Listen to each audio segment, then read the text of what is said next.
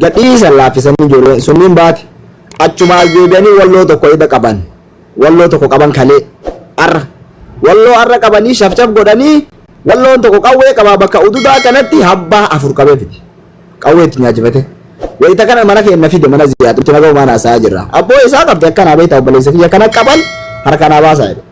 akka yoo isin naa baaftan tana gadhiisaa jedhe ayyee inni ijoollee sanniin finne abboo rabbi jedhaa gadhiisaa inni yaa in didan gadin dhiibnuu jedhan kabiraa qabnee finne malee ayyee jenne ijoollee tana ziyaafnee gaafan ijoollee jirtu sadi tokko shaashamanne tokko asaasa tokkolleen garuma shaashamannee kana tokko baaleen keessa dallugan daanaan hin beekamu caa sun hin boo'e xiqqaadha ka baaleen sun azyaasanii etee sennaan baalee sennaan dallo hin boo'e hin buusee ani waan nyaanne akka edaati amma utuu doorseen akkam ta'a jedhe yaa baleessa kiyya uuma goonu dhabnee ijoollee tana kadhannee rabbii jedhaa mucaa walloo san gadi dhiisaaya miskinni kun haa yaa'u gadin dhiifnuu jedhan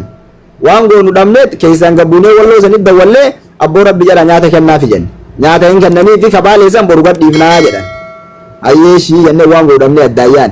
yoo nuti san keessaan dawwallee nyaata ejajinee fi dhufnee sun nyaata nyaattu ijoolleen harargee sirra fidanii suuraa irraa baasan ittumaan miti sila ani ijoolleen hin maraatte moo yaa amma harargee qaban yaa akkamitti qabanii mi yoo asii dhayinee harargee laallu jimmaa fidan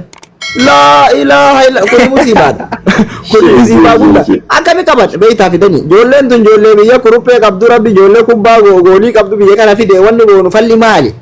maal jette ijoollee walloo keessaa of baasa si warri baay'ee nama qaban jiru wanni jiru maali ijoollee wallootii harargellee bira dhaqanii itti himanii nuti ijoollee baaleetii namni tokko yoo ijoollee baalee keessaa isin qabe wallaahi billaahi maatii isaa guutuu qabnee isiniif hinna biyyaa si gala tarkaan fiiree isinii fudhan nama kenna baalee hin qabinaa jenneeni ishi jedhanii addaayyaane mucaa baalee san boru gadhiifnaa jette kaan ammoo yoo isaan nu gadhiisan malee dhiifnuu jette san biraan harargellee fidan jimmaa fidan ishi akkam taana amma kenna sun gandi biyyaan dawwalaa jira mee ishi akkamtu furmaata ittan furmaanni karaa kana malee hin jiru akkuma musaabitti himne kanatti ijoollee harargee hundaayyuu itti himne fala itti barbaadu falli karaa kana qofaan nu jira miti dubba doola ce akkam gooneeshi jinni qabdee bilaashi jinni nufitti galatoomitoo anamma wannan jechuu barbaadu sagaleen kiyoo jiraati natti himaadha tokkoffaa irratti oromoon kutaa 11 kun naa dhaga'u nuti arsii wajjiin firooma dhiigaa malee firooma jiruu hin qabu afaan oromooti dhagaa yoo naan boodatti nuti arsiidhaan wajji firooma dhiigaa hortee arsooma saniin alatti oromummaas walitti hin qabnu homa takka walitti hin qabnu sababbiin isaa arsiin nyaqarsa oromoo taatee jirti waan ta'eef jechuudha. Bakka arsiin nyaqarsa oromoo taatetti nuti oromoo keessaa baanee arsiidhaan wajjin dootti gallee arsiidhaan wajjin mari'achuu hin dandeenyu. Oromoon kutaa 11 wanni beekuu qabu arsiin oromummaa tanas hin qabdu oromoo keessaas baate. Nama oromoo keessaa bahee akka sareetti halkanii guyyaa oromoo nyaatu wajjin nuti ilmaan oromoo marii hin qabnu. Haasaallee hin qabnu. Jaalattanis jibbitanis jechuudha. Dhugaa jiru yoo walitti himna ta'e ijoollee baalee akka dhuunfaatti ani wala isheen akka dhuunfaatti mas'oolummaa ijoollee baalee guutuu baachuu ni danda'a. Baalee gammoojjirraa hanga baddaatti si galee ijoollee baalee guutuu wallaahi mas'oolummaa feetan barbaadda yoo isin irra keessanii ani baachuu ni danda'a akka kiyyatti jechuudha. Firoomsaan ni baata, Dr. Loobiin ni baata, Jooniin ni baata. Aanaa aanatti gandaa gandatti baadiyyaatti ani mas'oolummaa ijoollee baalee guutuu ni baata. Garuu arsiidhaan wajji nuti firummaas walitti hin qabnu sababni isaa arsiin kana dura walloo tumte walloon reeffa ijoollee teennaa sababa arsii bakki inni jigee ciisutti illee billaan cafaacafte harargeeni tumte harargeen ijoollee teenna daaraa nyaachifte sababa arsii jechuudha irraan as tarre jimmaanii qabdu jimmaanis akkasitti aarsaa nu kabalchiiste kana mara waliin taanee ay deebitee ammallee arsiin ijoollee baalee qabde ijoollee baalee sii gale ijoollee baalee yoo qabde nama lamaan firoomsaan amma jedhu kana miti nuti egetii yaanquna Dr. Loobiin nama jedhu Jooniin nama jedhu as keessa jiru si galee itti bitaa baadiyyaa sabaree kana jiraate jechuudha ijatiya taniin qabri ittiin galu kana namni agartee ijoollee sirkaa keessaa naadhaan wal miseenjaraan nama 5 nama 3 ijoolleen sirkaa miseenjara keessatti cafaacafte dhalataa baalee kaniin ijatiyaan arge qabaa jechuudha si galee maqaadhaan wajji nama mucaasan tume hunda beekan si galee kanaafi arsiin eenyumaafuu firummaan qabu oromoo kutaa 11 kana firummaa nama tokko hin qabu nama tokko ilma namaa tokkoon firummaan qabu arsiin si galee kanaaf ijoolleen baalee marii arsii wajjin gaggeessu hin qabnu oromoon kutaa 11 wanni beekuu qabda yoo jiraate baaleen gaafata carraan irra sin fidee qabdan ana ta'ee Dr. Loobii ta'ee firoomsaa ta'ee Joonii ta'ee yoo ilma sinaanaa ta'e na galcha.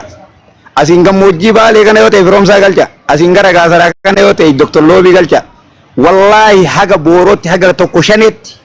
addaan baasee beekaani aanaa sinaanaa kana guutuu haga tokko shaneetti guutuu aanaa sinaanaa gantoota 22 kana haga tokko shanee isaaniitti beeka. Haga gareetti jechuudha. Siigale kijibaan ilmi arsii tokko ani baalee jedhee himate taanaan haga akaakayyuu isaa gosti isaa eessatti deebitii isa beeka nutu qorataa nu galcha. Nam tokko sobaalaa hin taa'in. Inni maqaa baalee ta'ee Jimmaan ta'ee Harargee ta'ee gaafa ijoollee sinaanaa agaafraa nama agaafraa. Jaati gooxiitti wal beeka warri baalee siigalee keessatti argitan kootaati yeroo nu kenna osoon isin agartee gastii banattanii gastii sanirraa gadi hin buune yoo abbaa fi haati isaa gastii kanarra hin dhufne nuti baalummaa waaqan na gaafatan dhugaa dubbachuun firooman qoteeti yoo abbaa fi haadha nama isinitti duuleessan nuti gastii kanarra hin finne afaanii funyaan lafa gaddeebisnee nuti nama san isinirraa qabuu dadhabne baalummaa ta'e na waaqannee isin keessaa galla akka arsiin Oromoo keessaa galte kanatti Oromoo keessaa galla jaalatanii jibbitanii kanaan alatti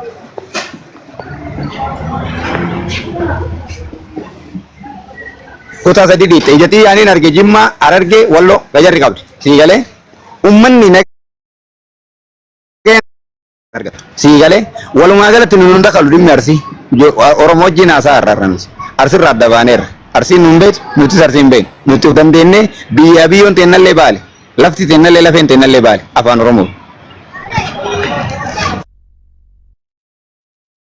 Abdallayyuu maal jedha beektaa? Abdallayyuu ila qoy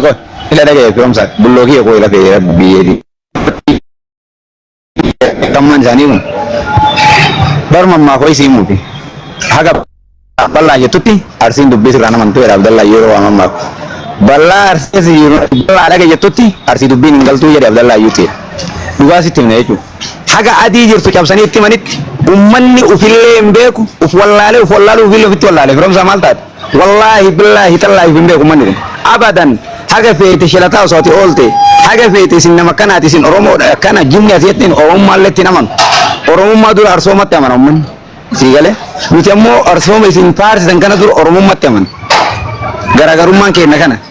ummanni Oromummaa kana caala maayikiingi dubartiin kiingi dhiiraan kiingi jedhu kana qofatti amana siigalee jechi maayikiingi